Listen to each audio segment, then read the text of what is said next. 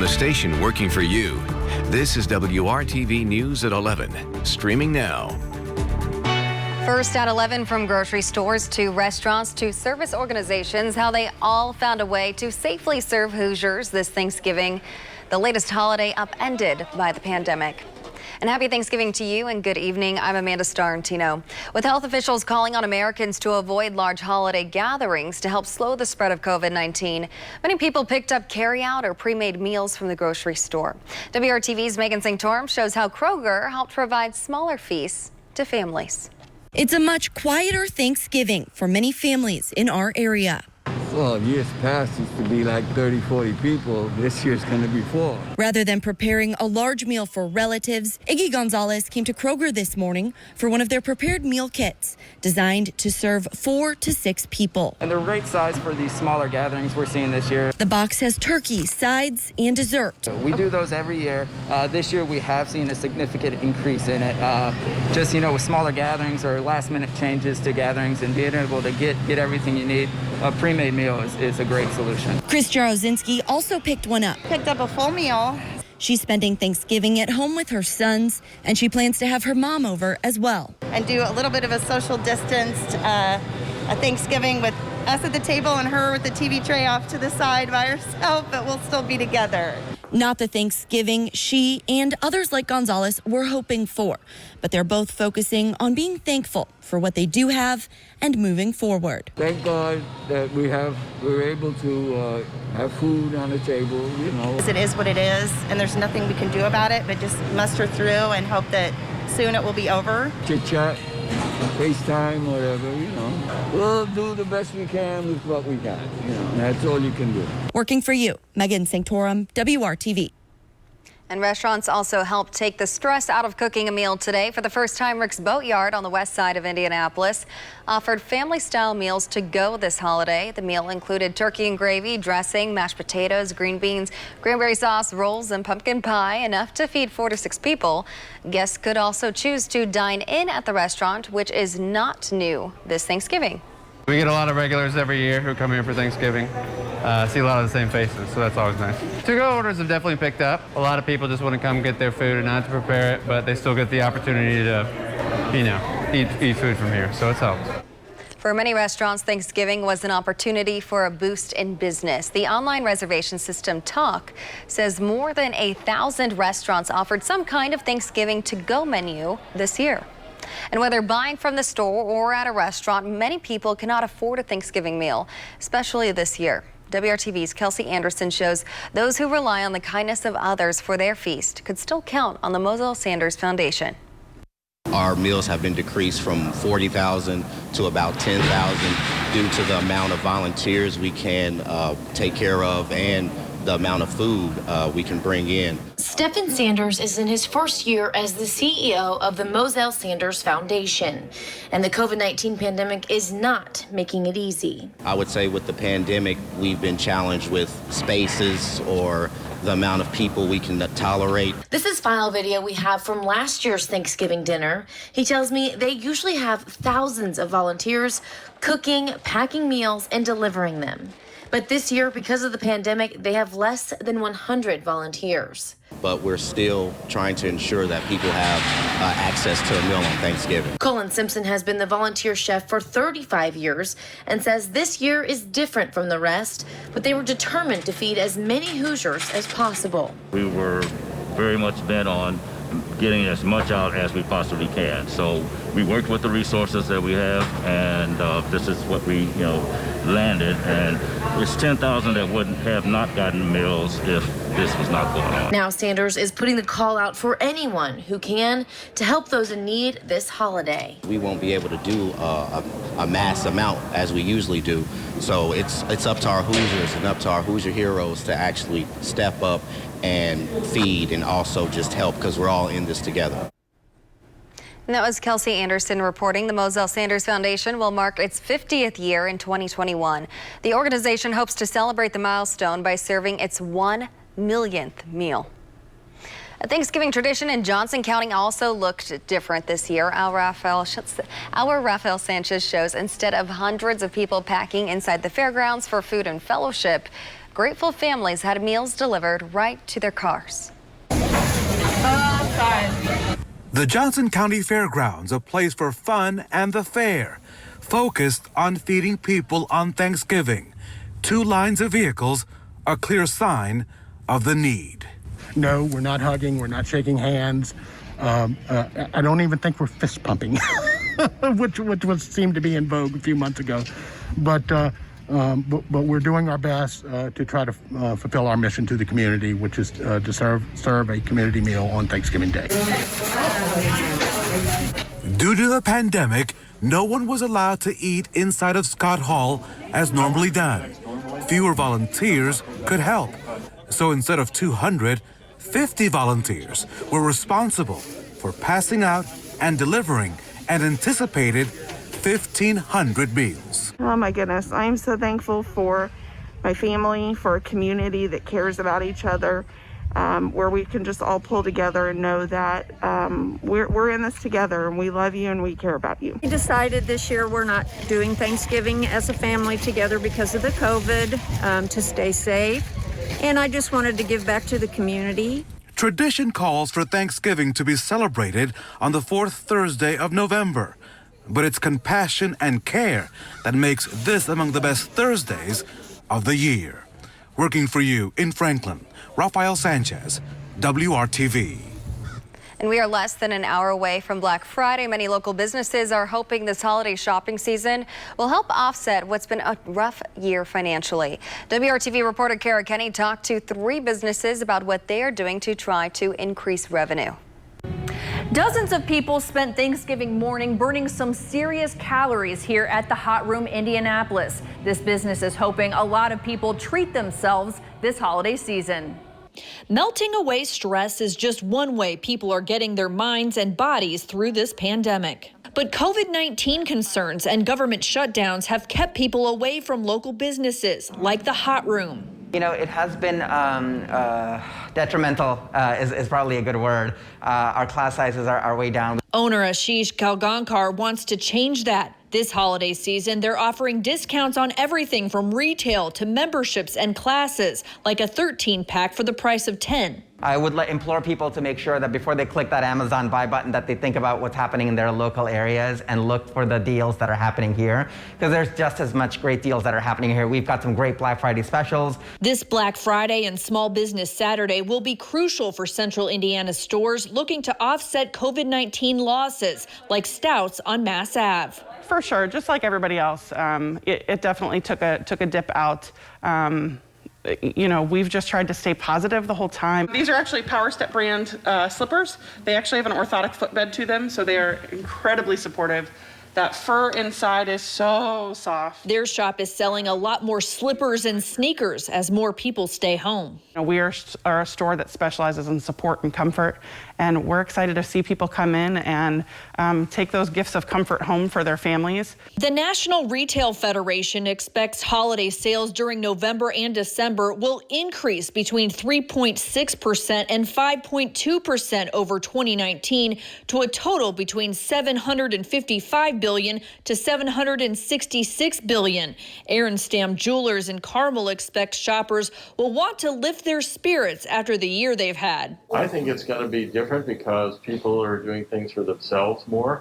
Owner Mark Aronstam specializes in redesigning jewelry. Bring me everything that you have that you don't wear, and I can redesign it into something that's like, okay, this time of my life was not the best because of COVID, but I got a nice piece of jewelry out of it. Businesses say they're adding extra safety precautions to keep their shoppers and members safe. The Hot Room replaced its HVAC at all of its studios. The Hot Room Indianapolis says their membership is down 50% from where they were pre-pandemic, and they're hoping to get back to where they were. Working for you in Indianapolis, Kara Kenny, WRTV.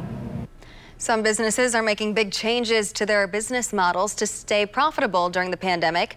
Zips Dry Cleaners saw a big dip in their garment count. Not surprising, as fewer people are going to work and dressing up for special events. So they're now offering a wash and fold service so customers can get a break from doing laundry. They're also offering a delivery service so you can have your laundry or dry cleaning delivered right to your door. These new changes will be part of our everyday business. So, you know, as all the bad things that happened during COVID, we're going to get a lot of good out of it. You know, we've learned to run our business a little better. We've learned to offer new services to our customers, and they seem to be really enjoying it. Zips also turned its dry cleaning plant into a mask making factory. Zips has 2 Indianapolis locations and 1 in Fishers. Coming up, the gifts that are expected to be in high demand this holiday shopping season and why retailers are encouraging you to buy early. Kevin. We'll talk about tomorrow and the weekend, Amanda, but we've got to focus on our snow potential for Monday as well. New and next, a special thank you from the community to a man who has brought joy to Central Indiana for decades through his free Christmas light display. And WRTV wants to see your holiday cheer. Share a picture of your light display for a chance to win tickets to the Christmas Nights of Lights show at the Indiana State Fairgrounds. The contest ends on December 6th. For more info, go to WRTV.com and click on the contest tab. Your photo could also show up on the WRTV Storm Team forecast at 7.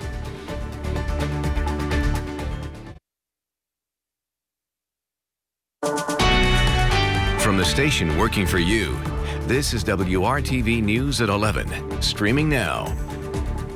Welcome back. A big night in Kokomo. The man behind this extravagant light display is retiring after nearly 3 decades, but he's not leaving without a lot of community support.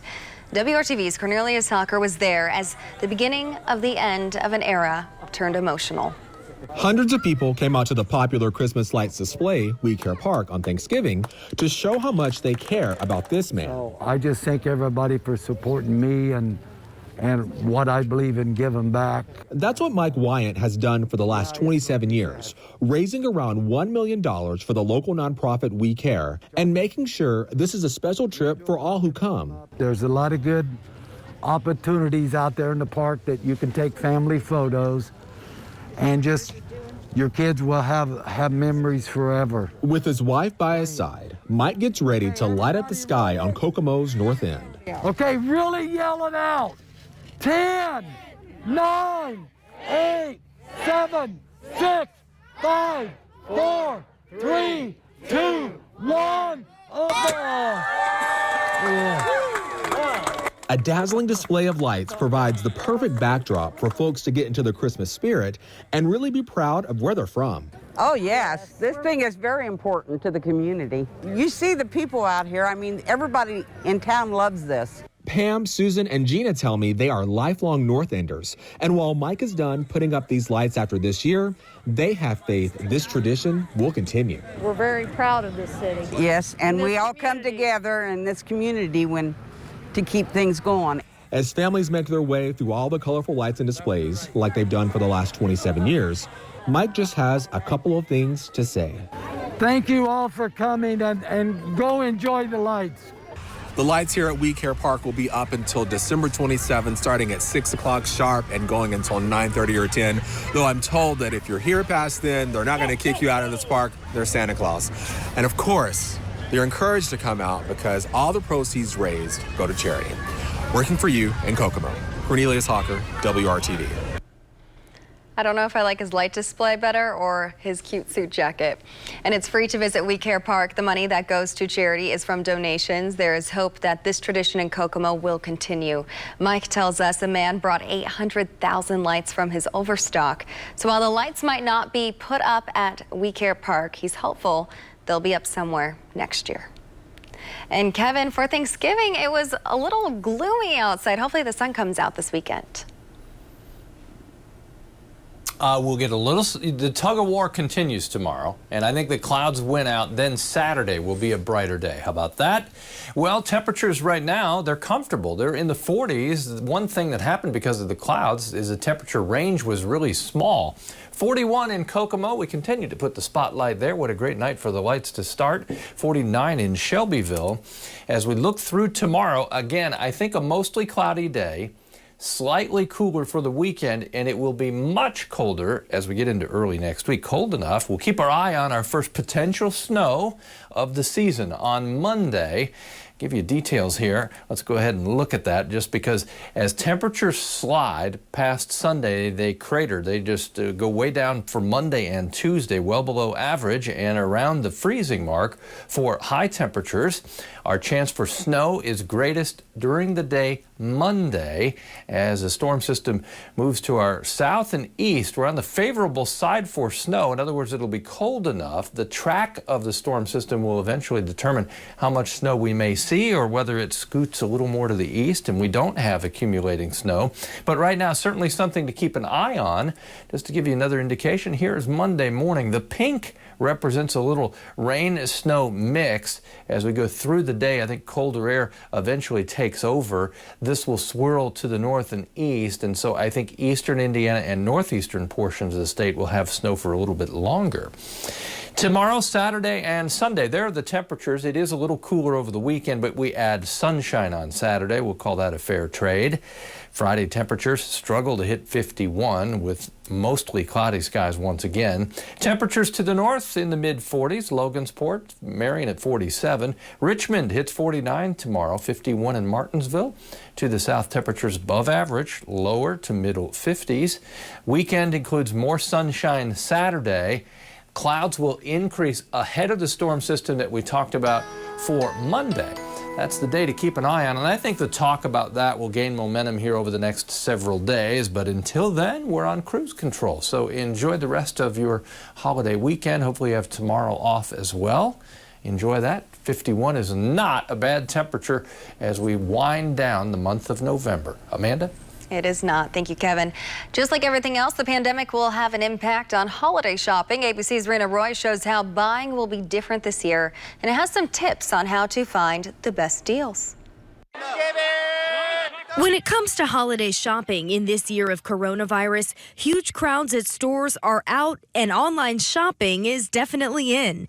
60% of shoppers say they plan to do at least some of their holiday shopping from home this year, and 41% say they won't be hitting the stores on Black Friday. Most retailers are trying to avoid a massive spike of people in their stores. They're trying to move more of their sales and spread the sales piece out over a greater portion of time. Experts say the hottest items this year are gifts for the home. Home entertainment, if you think about cooking, if you think about anything for decorating the homes, those categories are all up to a great degree this year. Before you buy, use a shopping app to check for the best deals on the items you want, especially gifts that are in high demand. I would just encourage consumers to check across multiple retailers' websites and check through the week. That's probably the best way to see if they can actually get a hold of those high-end demand items. Buying online can be convenient, but make sure you think about how you will get your packages this holiday season. With shipping delays likely, consider curbside pickup instead of the mail. Either way, retailers want you to buy early this season. Retailers are really trying to get the orders earlier, as there's a very small window between Black Friday and Christmas, and they want to make sure that their orders are delivered on time and meeting customer expectations. Finally, to stay within your budget, Consumer Reports recommends making a list of things you want and need and what you want to spend and sticking to it. Rena Roy, ABC News, New York. If you have questions about the specific risks associated with shopping in person this holiday season, Lindsay Thies with our partners at Newsy is getting you the answers.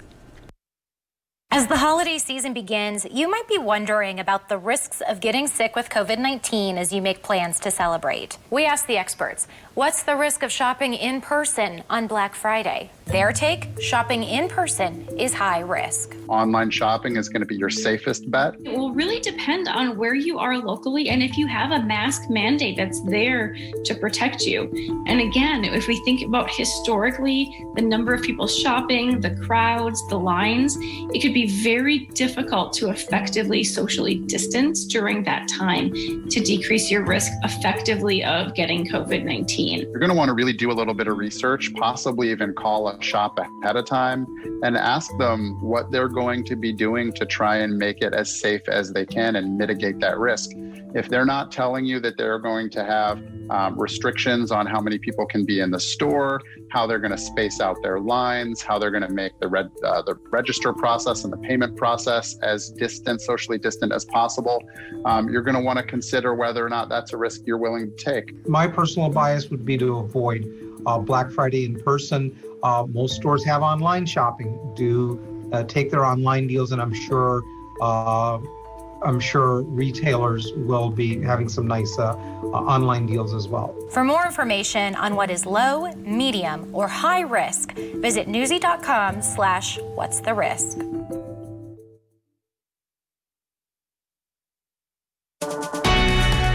From the station working for you, this is WRTV News at 11, streaming now.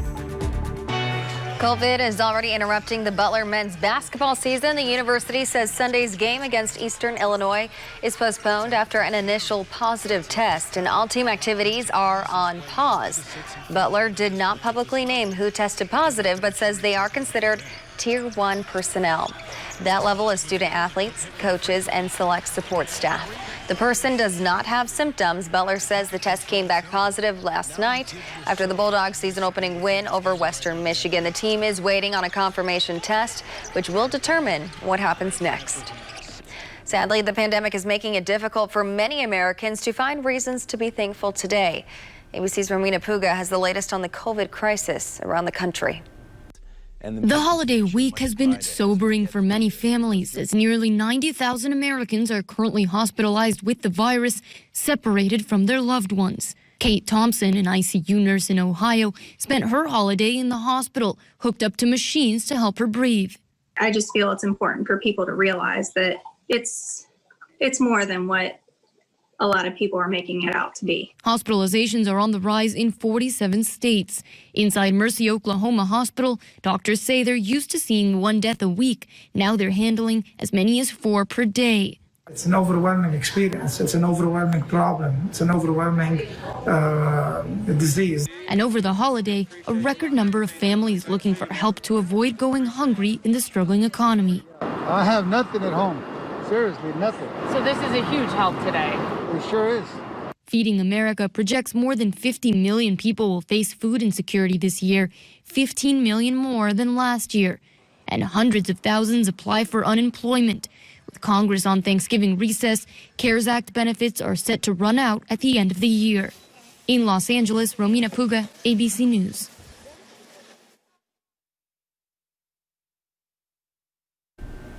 The WRTV Toy Drive is underway. You can drop off new unwrapped gifts at several U-Store locations.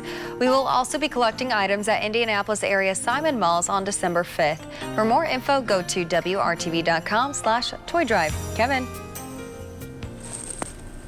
And as always, thank you for your contributions over the last 2 decades. Temperatures tomorrow, they'll reach about 51 for the afternoon high. Again, some sunshine. We'll have more sunshine on Saturday. That's the sunnier of the next 3 days. Clouds increase again Sunday. Amanda? Okay, thank you, Kevin, and thank you for making WRTV your choice for news. We will leave you tonight with another look at this beautiful Christmas light display in Kokomo. Have a safe night and happy Thanksgiving.